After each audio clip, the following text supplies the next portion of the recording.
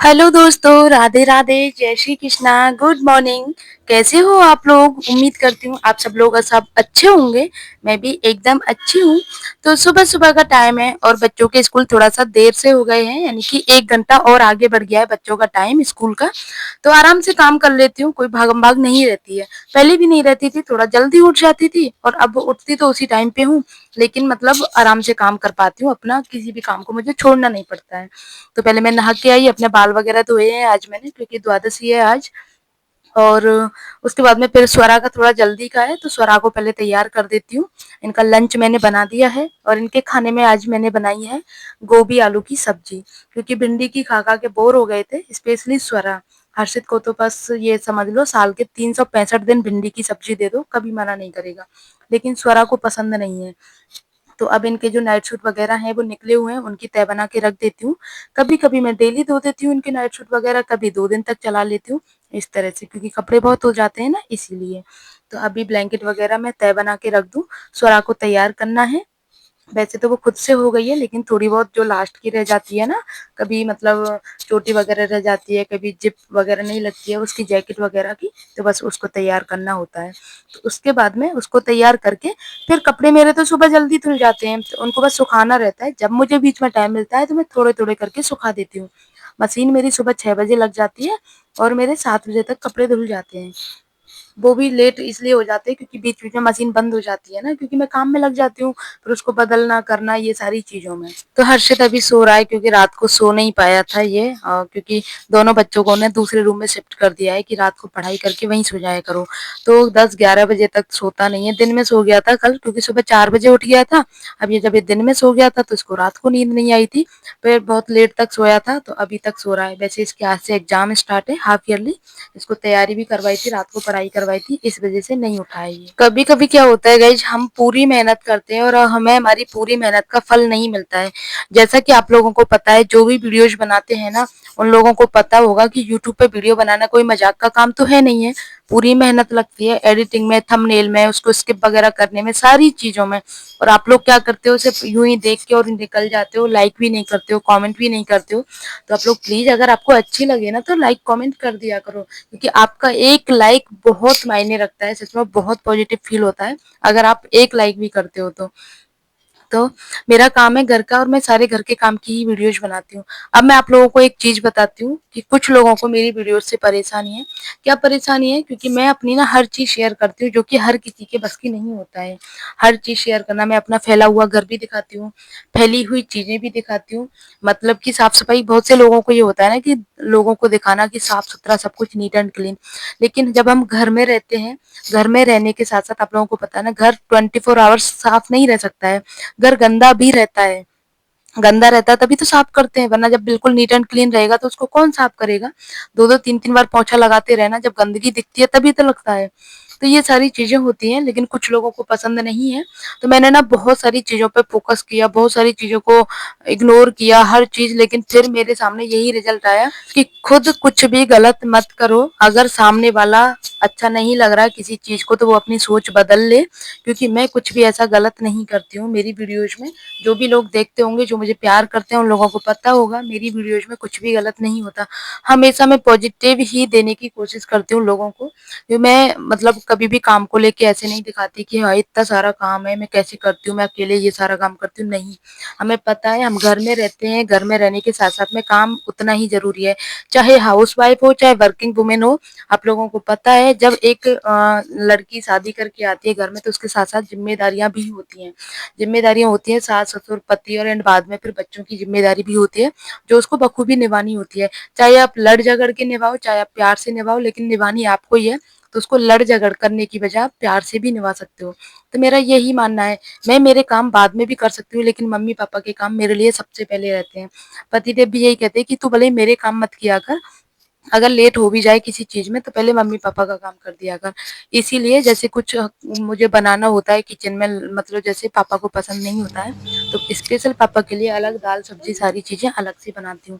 ऐसा नहीं है कि एक इंसान है, चलो कोई बात नहीं, हम जो खा रहे हैं वही खा लेंगे, नहीं, क्यों खा लेंगे? जो हमें पसंद है वो पापा को पसंद नहीं है। और जो पापा को पसंद नहीं होता है फिर वो मैं दूसरी सब्ज़ी बना देती हूँ। अक्सर ऐसा भी होता है कि जैसे कि पापा को कोई चीज़ पसंद है और हमें पसंद नहीं है, तो मैं हमारे लिए भी तो अलग बनाती हूँ। जैसे कोई सब्ज़ी पसंद नहीं होती है, तो मैं अपने लिए भी अलग बना लेती हूँ, तो उसमें क्या बुराई है? एक सब्ज़ी की जगह 2 सब्ज़ी बन जाती हैं, किसी और चीज़ की जगह थोड़ा-सा और दूसरी चीज़ बन जाती है, तो इसमें क्या इश्यू है? 10 मिनट, 15 मिनट, आधा घंटा थोड़ा-सा फालतू होता है, कोई बात नहीं, लेकिन सामने वाला इस चीज़ से तो खुश रहता है ना कि हाँ, मेरे लिए कम से कम मतलब एक तरह से काम का ये तो नहीं है कि काम करके फ्री हो गए, बस खाना है खा लो, नहीं खाओ मत खाओ। ये चीज़ें सारी चीज़ें मुँह से मत बोलो, लेकिन इंसान समझता है सारी चीज़ों को। तो देखो हर चीज़ में ना एक पॉजिटिव होना चाहिए हर चीज़ में। ऐसा नहीं है कि देखो काम तो सब करते हैं, मैं ये नहीं कहती काम नहीं करते। सब काम करते हैं अपने घर में, क्योंकि कौन नहीं करेगा? जब अपने घर का काम है तो हमें खुद ही करना रहेगा। तो उस काम से प्यार से करो उस काम को, उससे अच्छा है प्यार से करने से। एक काम अगर हम ज़्यादा कर लेंगे तो कोई बुराई नहीं हो जाएगी। और ये मैं कोई ज्ञान नहीं दे रही हूँ, ये मैं बिल्कुल एकदम फैक्ट बता रही हूँ कि अगर हम एक काम थोड़ा-सा ज़्यादा कर लेंगे तो उसमें कोई घाटे में नहीं आ जाएँगे। लेकिन अगर एक काम कम करेंगे तो सामने वाले की नज़र में ज़रूर हम गलत साबित हो जाएँगे। तो उसमें क्या वो कौन-सा हमारा पैसा लग रहा है, थोड़ी-सी मेहनत ही तो होती है। अब देखो जैसे मैं आप लोगों को बता दूँ, गोभी के पराठे बना रही हूँ मैं अभी। तो गोभी के पराठे हम सबको पसंद है, खासकर मम्मी को, मुझे और पतिदेव को, हम तीनों को बहुत पसंद है। लेकिन पापा को कम पसंद है, मतलब कि अगर 3 पराठे खाते हैं तो पापा 2 पराठे गोभी के, 1 पराठे सादा। और कभी मूड होता है तो पापा तीनों गोभी के खा लेते हैं, और हम चटनी से और दही से खाते हैं। हम तीनों की बात बता रही हूँ, लेकिन पापा के लिए सब्जी चाहिए होती है। कभी नहीं भी खाते, कभी खाते हैं, लेकिन फिर भी मैं पापा के लिए 1 कटोरी सब्जी बना रही हूँ कि अब कि अगर मांगने लग गए कि मतलब सब्जी मतलब आलू की सब्जी चाहिए मुझे, तो फिर वही वाली बात है ना, 1 कटोरी बनाने में क्या जाता है। तो इसीलिए यहाँ पे मैं गोभी के पराठे बना रही हूँ, साथ में 1 कटोरी आलू की सब्जी भी बना रही हूँ पापा को। चाहे खाएँ या ना खाएँ, लेकिन मेरा फर्ज है बना के देने का। तो वैसे मैंने पूछा था पापा से, तो पापा ने कुछ भी नहीं बोला था कि देख लेना, लेकिन फिर मैंने बना दिया। और फिर जब बन गई थी, जब पापा कह रहे थे कोई बात नहीं मैं तो चटनी से खा लेता। तो अभी ये मैं वाली मूली चीज कस रही होती हूँ। है। हमारे यहाँ पे ना, मेरी शादी से पहले मैं आप लोगों को बता दूँ ये लोग कैसे बनाते थे। पहले गोभी उबालते, आलू उबालते, देन उसके बाद में फिर दोनों को मैश करके, जैसे आलू मैश करते हैं ना, इस तरह से पराठे बनाते थे गोभी आलू के।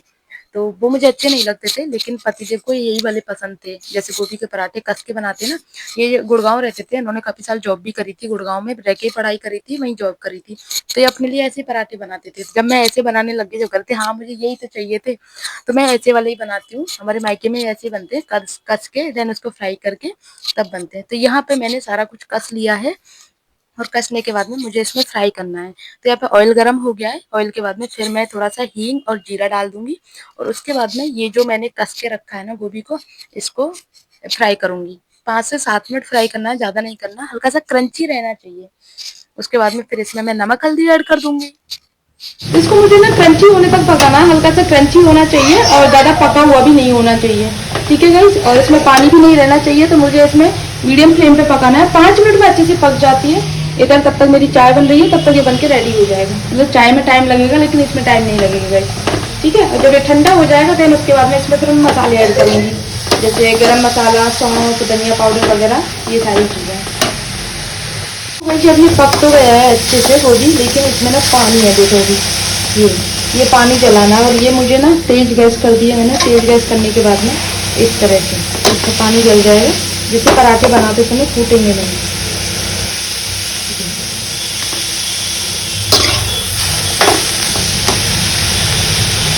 इसको 2-3 मिनट ऐसे ही करना है, जिससे इसका सारा पानी जल जाएगा।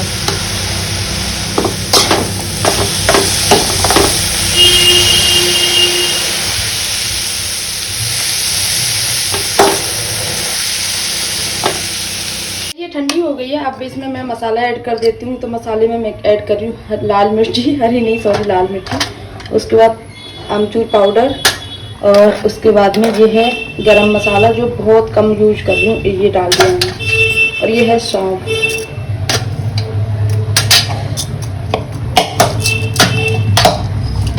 इसको मैं पहले मिला लेती हूँ। ये हो गया कुछ इस तरह से, मसाला वगैरह सारा कुछ ऐड करने के बाद में अब मैं इसको रख देती हूँ। यहाँ बना ली है मैंने चटनी, और ये बन चुकी है हमारी आलू की सब्जी गई। ठीक है, अभी हम चलते हैं गिरिराज जी के दर्शन करने, क्योंकि आज वैसे तो सब लोगों की एकादशी है, लेकिन हम लोगों की एकादशी कल है। आज 10वीं करी है हम लोगों ने, तो वैसे गिरिराज जी के दर्शन आज एकादशी वाले होने वाले हैं। तो चलो चलते हैं, बहुत सुंदर दर्शन मिलने वाले हैं गिरिराज जी के। चलिए जी। तो पहले तो मैं तैयार हो जाती हूँ और हर्षित को छोड़ के जाऊंगी। और ये जब मैं तैयार होती हूँ ना, तो इसकी एक्साइटमेंट अलग ही लेवल पे होती है। इसको लगता है मम्मा मुझे लेके जाएगी और मैं कुछ ना कुछ खरीदूंगा, क्योंकि इसको मतलब जब हम जाते हैं ना जिस मार्केट से, वहां पे कुछ टॉयज वगैरह का शौक नहीं है इसको इतना। मतलब मतलब थोड़ी यूनिक आइटम की शॉप मिलती है, जैसे कि स्टिकर वगैरह बच्चों के खेलने के, बच्चों के छोटे छोटे छोटे मतलब थोड़े से यूनिक टॉयज, बॉल वगैरह, लाइट वाली बॉल कुछ ऐसी मिलती है। तो बस क्योंकि पता है ना मम्मा के पास पैसे रहते हैं, तो बस एक बार हमारे शॉप पे रुक जाता है, पर मुझे इसको दिलाने होते हैं, इसलिए जिद करता है। मैं इसको लेके नहीं जाती हूँ 2 दिन से। इसकी तबीयत भी ठीक नहीं है और कुछ ये भीड़ भाड़ ज्यादा रहती है, इस वजह से। शोरा को लेके जाऊंगी तो उसको बातों में लगा के कि मैं तेरे लिए स्टिकर लेके आऊंगी, तो मान जाता है 2 दिन से। और 2 दिन से वादा करके जा रही हूँ उससे, और मैं नहीं लेके आ रही। तो मुझे पता ना आते बेकार कर देते हैं, और डेली का नियम है इनको, 8-10 दिन हो गए डेली स्टिकर लेके आते हैं दोनों बहन भाई अपने लिए, और आते ही यूं ही बर्बाद कर देते हैं, दीवारों पे चिपका देते हैं, यहाँ चिपका देते हैं, और फिर एक बार चिपकने के बाद वो वेस्ट हो जाते हैं। तो इसीलिए मैं आज नहीं लेके आऊंगी, लेकिन कब तक इससे वादा निभाती हूँ मुझे नहीं पता। तो अभी तैयार होके चलते हैं गिरिराज जी के दर्शन करने गाइस।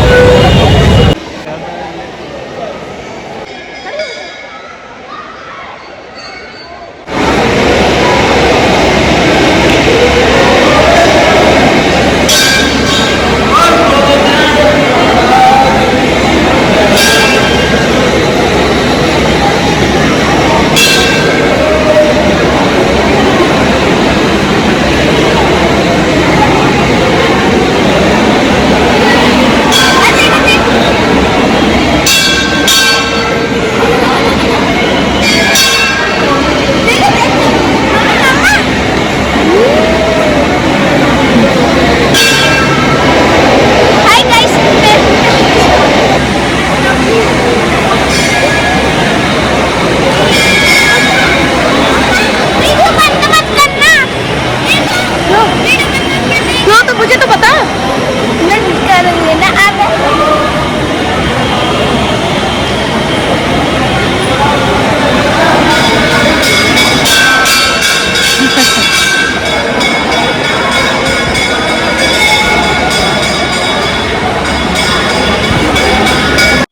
कार्तिक का महीना चल रहा है और मानसी गंगा पे दीपदान का बहुत बड़ा महत्व है। मम्मी मुझसे रोज कहती हैं तुम वहीं की वहीं जाती है, मानसी गंगा पे दिया क्यों नहीं जला के आती है। तो आज स्वरा भी कह रही थी, तो मैंने सोचा चलो चलती हूँ। वैसे मुझे पानी से डर लगता है क्योंकि सीढ़ियाँ भी बहुत बड़ी बड़ी हैं, इसीलिए तो मैं वहीं नीचे की सीढ़ियों से ही दिया जला के आ रही हूँ। ये मानसी गंगा है गई। और उसके बाद में फिर मैं गोभी के पराठे का भोग लगाऊंगी, क्योंकि भोग लगा के नहीं गई थी, सिर्फ तैयारी करके गई थी। आते बच्चे खा लेते हैं तो फिर ठंडे हो जाते हैं, इसीलिए। तो अभी मैं बना लेती हूँ। इससे क्या होता है गाइस, एक चीज बताती हूँ। जैसे गोभी आलू के आप उबाल के बनाते हो ना, उससे थोड़ा फटने का डर रहता है, लेकिन इस तरह से बनाते हो ना तो इसका अलग ही टेस्ट आता है, और थोड़े से क्रिस्पी भी बनते हैं ऐसे पराठे, और टेस्ट भी अलग ही आता है इसका। खुशबू अलग आती है, टेस्ट अलग आता है गोभी के पराठे का। तो आप लोग बताना, आप लोग कमेंट करके आप लोग किस तरीके से बनाते हो गोभी के पराठे, उबाल के बनाते हो या कद्दूकस करके बनाते हो। यहाँ पे एक समस्या है कि मेरे मतलब हर्षित को सॉरी मतलब हाँ हर्षित को पसंद नहीं है गोभी के पराठे, स्वरा को पसंद है। अब यहाँ पे जैसे जैसे बच्चे बड़े हो रहे हैं ना, उनकी पसंद नापसंद पता चलती जा रही है, क्योंकि कुछ टाइम तक तो खा लेते हैं, जबरदस्ती खिला भी देती हूँ, लेकिन अब उनकी पसंद अलग हो गई है। जैसे अगर मैं हर्षित को आलू का पराठा रखती हूँ ना लंच में, तो खा के नहीं आता, छोड़ देता है, तो वो आलू के पराठे की तरह इसको समझ रहा है। ऐसे मेथी के पराठे, ऐसे सबके पराठे ऐसे समझता है, नहीं खाता है, जबकि स्वरा खा लेती है। सॉस वगैरह से फिर भी खा लेगा 1-2 बाइट, बाकी नहीं खाता है। उनके लिए अलग से मैंने सादा पराठा बनाए हैं, जिससे एक सादा पराठे का भोग लगाया है, एक गोभी के पराठे का, जिससे बच्चे खा लेंगे। और ब्लॉग को वाइज करती हूँ यहीं पर एंड। आई होप आप लोगों को अच्छा लगा होगा। अच्छा लगे तो प्लीज़ वीडियो को लाइक करना, शेयर करना, कमेंट करना।